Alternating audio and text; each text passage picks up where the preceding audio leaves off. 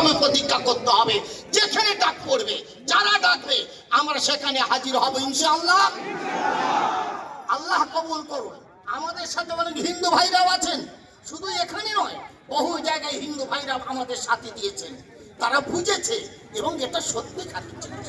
সেটা হলো এই যে সম্পর্ক, যেটা যেটা আমাদের অকপ সম্পত্তি দিয়েছিল আমাদের মুরব্বীরা, তারা আল্লাহর সাথে, আল্লাহর কাছে পাওয়ার জন্য, জান্নাতে পাওয়া যাওয়ার জন্য, তারা নেকির জন্য সেই সম্পত্তি সরকারকে দিয়ে গেছে।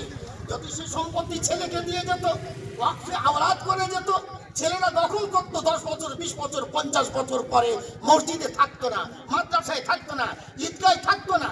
সেজন্য তারা ওয়াকফ বোর্ডে দিয়ে গেছে, সরকার দ্বারা সেটা পরিচালিত হবে এবং ন্যায়ের সাথে, ন্যায়তার সাথে এটা পরিচালিত হবে।